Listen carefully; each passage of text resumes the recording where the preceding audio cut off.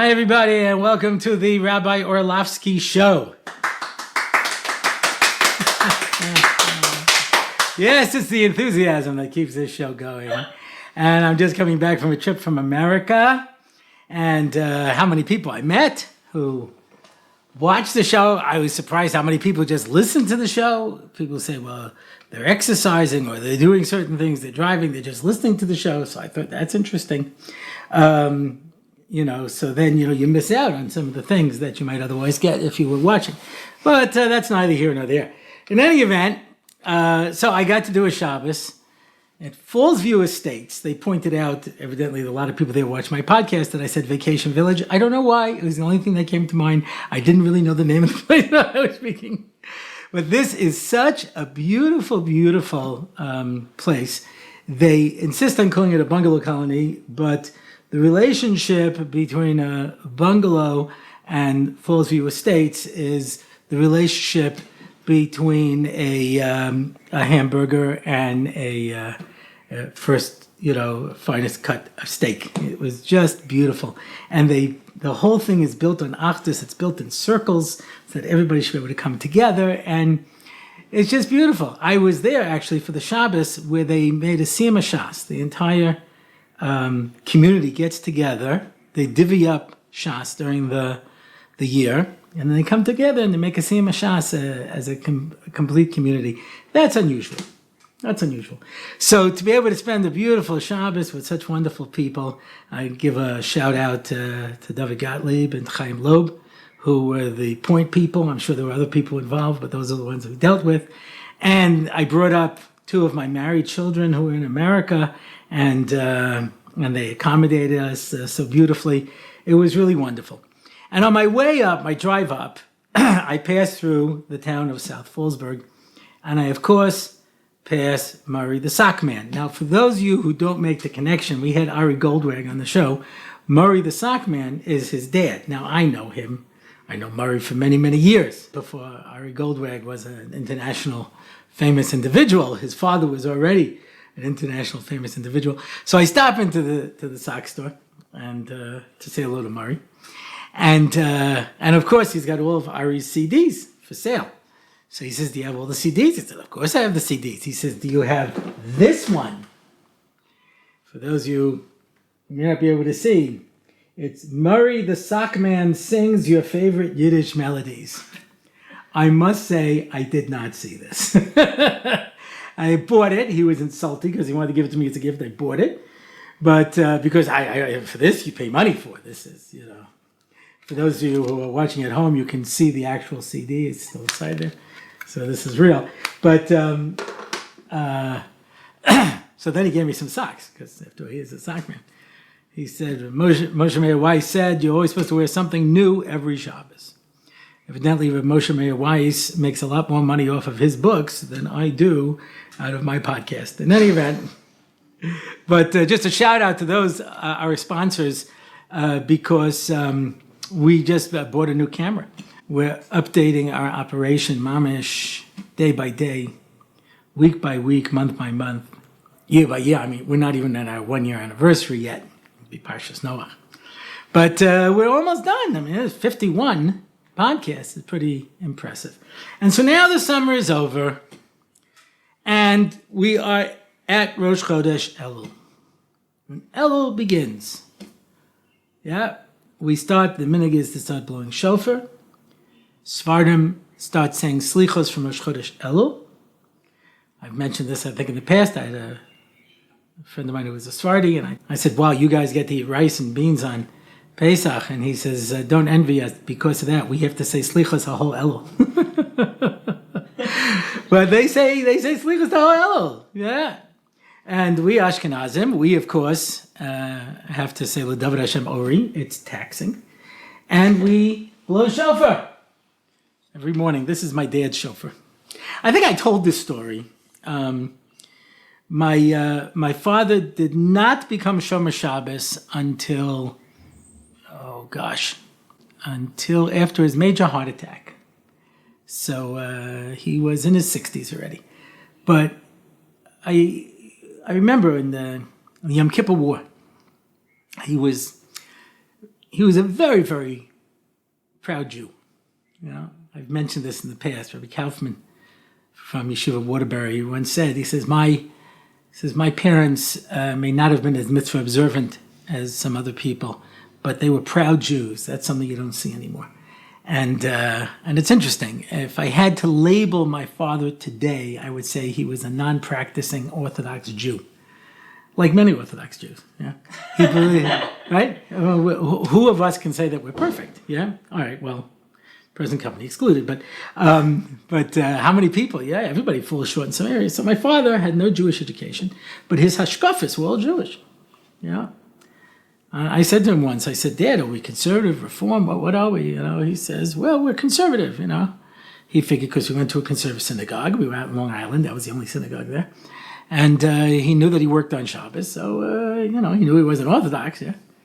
I said, Dad, but conservative says you have to keep Shabbos too. He says, okay, we're reform, yeah. So I understood what he was saying. What he was saying is labels are deceptive. People give themselves labels often based on their level of observance. So if you keep 30%, you're Reform, 60% you're Conservative, 90% you're Orthodox, and 100% you're Hasidish. That's how it works. Otherwise, how do you have a term like Conservadox? What's Conservadox? 75%. And it's not like it's something in between, Because you're giving yourself labels based on observance, but that's not what it is. Labels go based on belief. And my father's hashkafas were 100% in keeping with Torah values. And I remember one Yom Kippur, we were in shul and in the conservative shul, and he says to the rabbi, because my father always wanted Rosh Hashanah Yom Kippur, he says, I really should keep Shabbos. I really should come every Saturday. And the rabbi says to him, Marty, look, you have a lot of kids. You're supporting your children. You work hard. You give a lot of charity. My father got very upset. He says, you're the rabbi. You're supposed to tell me to keep Shabbos. I know I'm doing the wrong thing. Don't you tell me I'm doing the right thing. I know I'm doing the wrong thing. So hashkafically, he understood. He knew what emes was. He knew what truth was. He just, he came from a generation where it was a given that you had to work on Shabbos. So when the Yom Kippur War started, and it was grueling, I remember I was a kid. And I went out to the local supermarket in North Merrick, Long Island, which is not a Jewish area. And I set up a little table because they told us in school that people had donated blood to give to the soldiers, but they didn't have the money to ship it over. So I set up a little table with a little sign, handmade sign. Please give money to send blood to the Israeli soldiers. And people gave money. Obviously, the majority were not Jewish. It was a not Jewish area. But it was something that was wrenching. It was a wrenching experience. It later came out how close Israel was to destruction.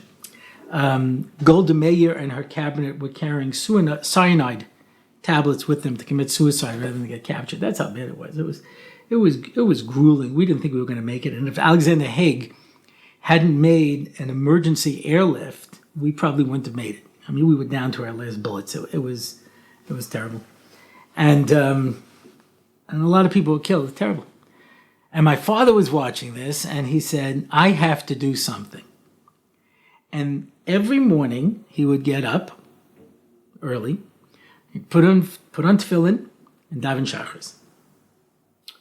And in Elul, my mother would always remember when it was Elul. So my father would pull out this shofar.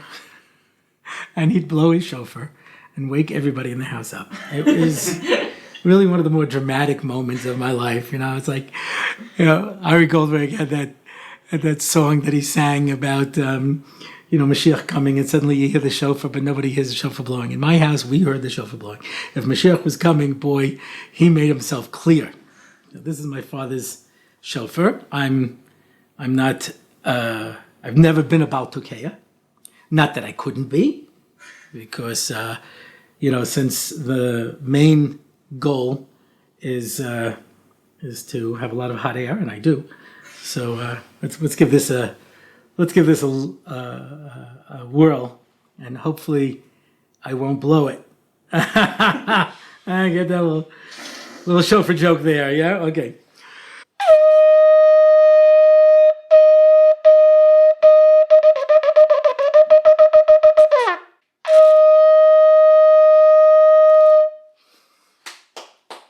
you very much. Shofar, so good. Anyway, yeah, there's an art form to being able to get this.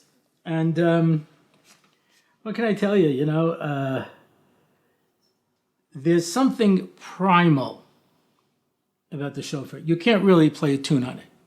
I've tried. Yeah.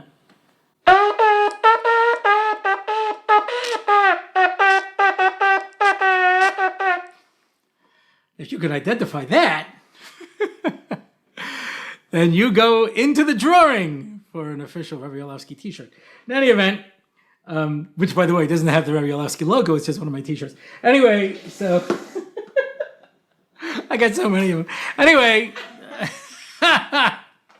but there's something primal about it, because I once heard Rabbi Orlofsky put it this way. He says, Dibur is something that's uniquely human. A human being is called medaber. The power of speech is what makes us human. But there's a part of us that's a nefesh bahamis. There's a part of us that's animalistic. And the animalistic aspect of us understands primal threats. If there's no food, if there's an animal chasing us, if, we're going to freeze. You know, things like this, animals have an innate sense. There were many stories before the tsunami had hit Thailand where the animals all went upland. They sensed it coming. In fact, there was this one fellow who was saved.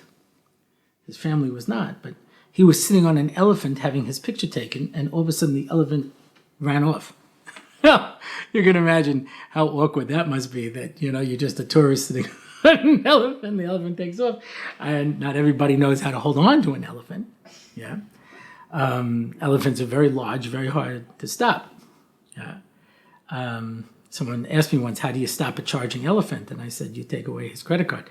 But that is in fact from a book called 101 Elephant Jokes, which I do not recommend. But for a professional like myself, it is essential reading. So, why do elephants wear red sneakers? So they can hide in cherry trees. Did you ever see an elephant in a cherry tree? See how good it works? Anyway, stuff like this. These are the elephant jokes.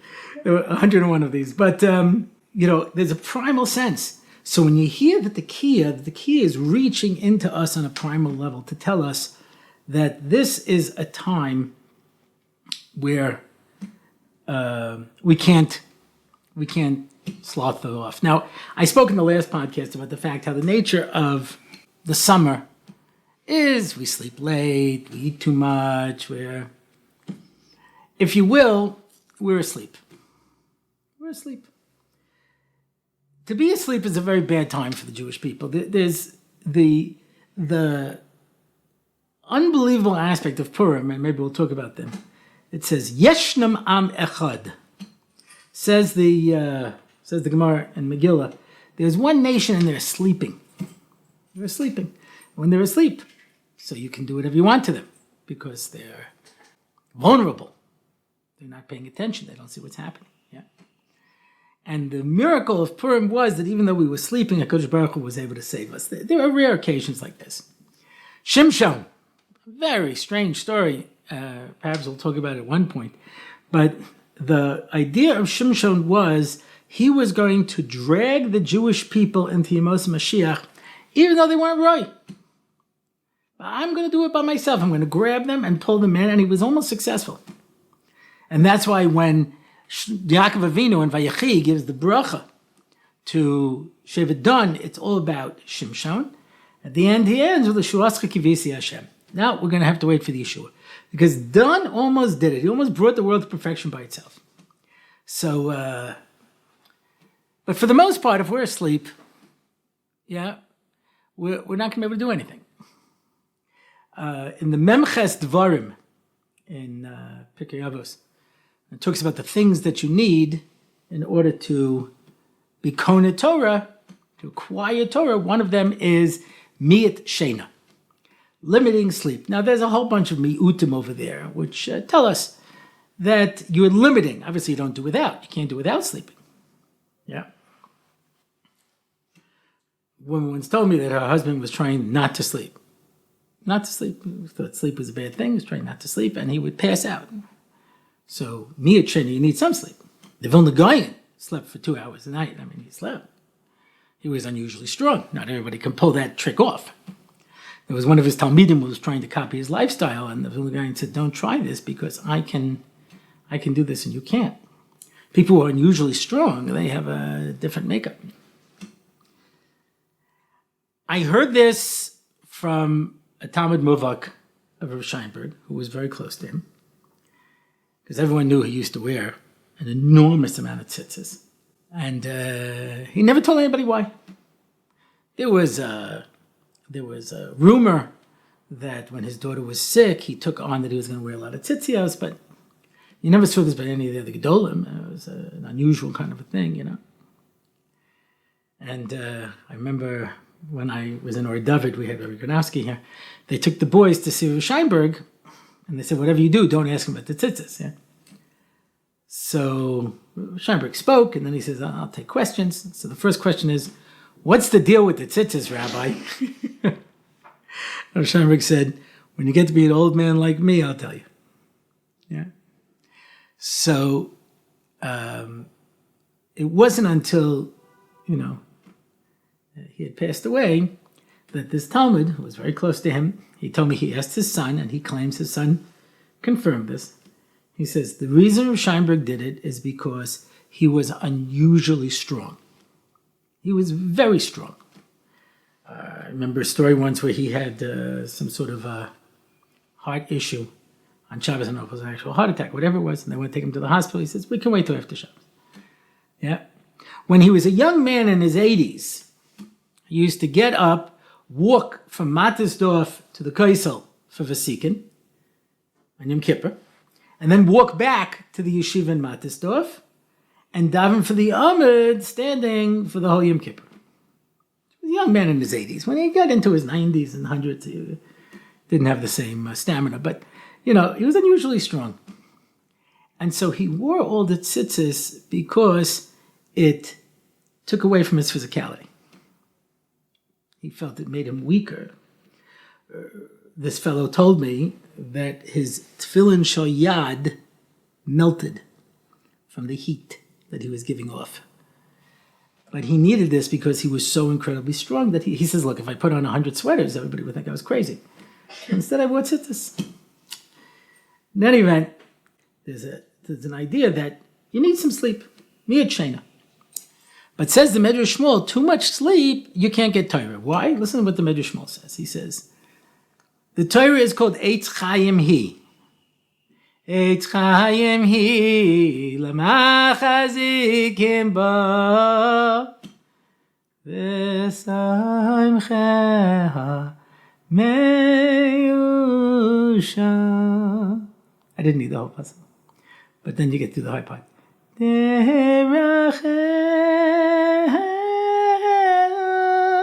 Anyway, sorry, Ari, but you got competition. Anyway, so you need some sleep. But he says the Torah is Eitz Chaim, and he says sleep is called Eitz Hamaves. It's the tree of death. What does he mean? The Gemara says there are certain things that you can only sense in this world on a small level. Olam Haba, you can sense it through Shabbos. Prophecy, you can sense it through a dream. And death, you can sense through sleep. Because there's really very little difference between a person who's sleeping and a person who's dead. And if you'll take a look, you'll find that most major accomplishments in world history were never made by people who were sleeping. You can check this out. Likewise, most of the world's accomplishments were never made by dead people. Very few things were done by dead people.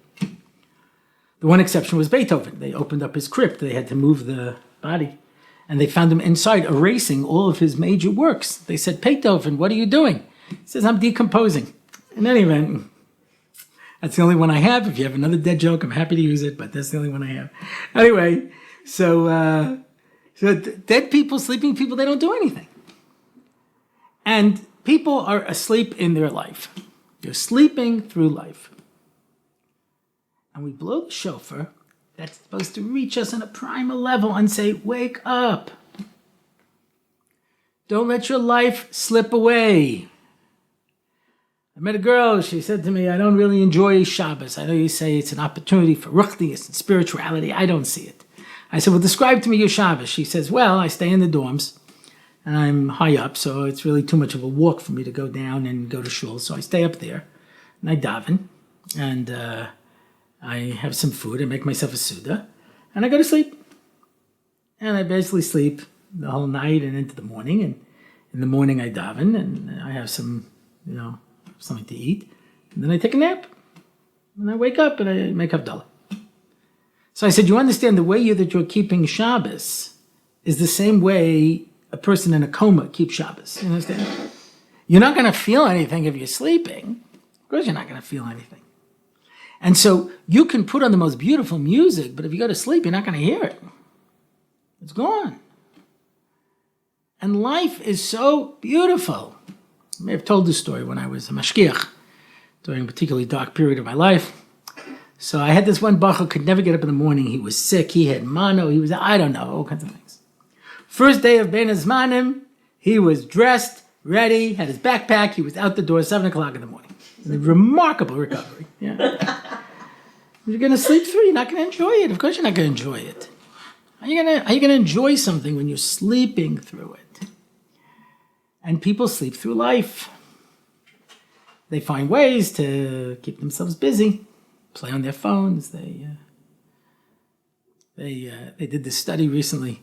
Millennials don't know anybody. They don't have any friends. All their friends are online. They don't have any relationships with real people. Everything to them is an illusion. They pick themselves up, get out of the house, go and meet people. That's too much of it. Yeah. They would rather watch people having a life than try to have a life themselves. Yeah. Or as I quoted in the past, Homer Simpson.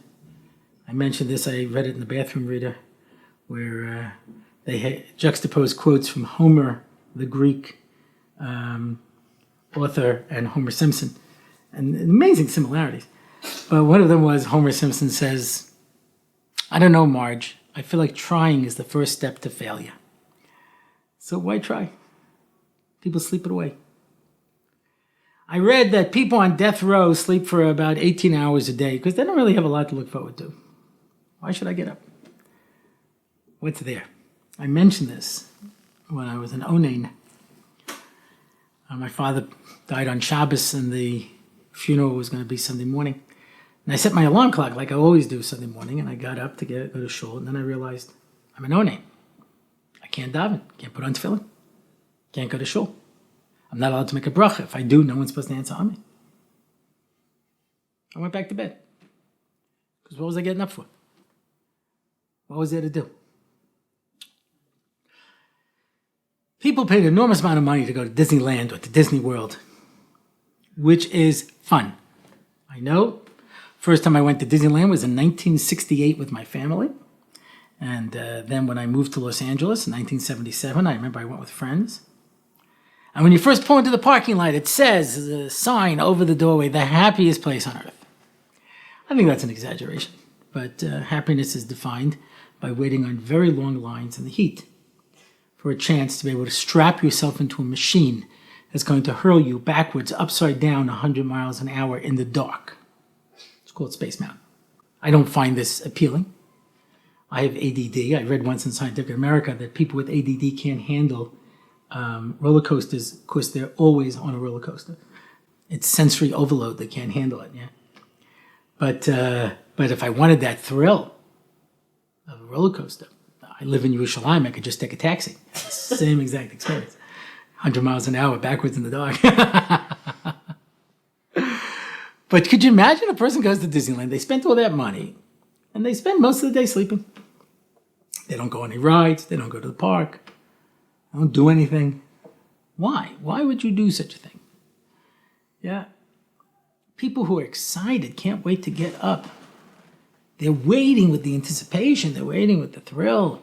Something something that we all look forward to. Yeah? And that's Elul. It's time to wake up. It's time for us to put our lives back together. I told this story, I think. There was a woman in Mea Shearim in her 50s. She never had any children. She was very bitter, very bitter. Why did HaKadosh Baruch Hu do this to me? The Eibush is not fair. It's not this. And I said, you're right. You're right. It's a terrible thing. God did wrong by you. It's a terrible thing. Now what? Please God, you'll live another 30 years. What are you going to do? Sit around and feel sorry for yourself or do something with your life?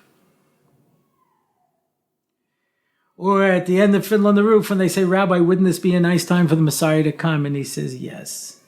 But until he does, we'll just have to wait for him someplace else.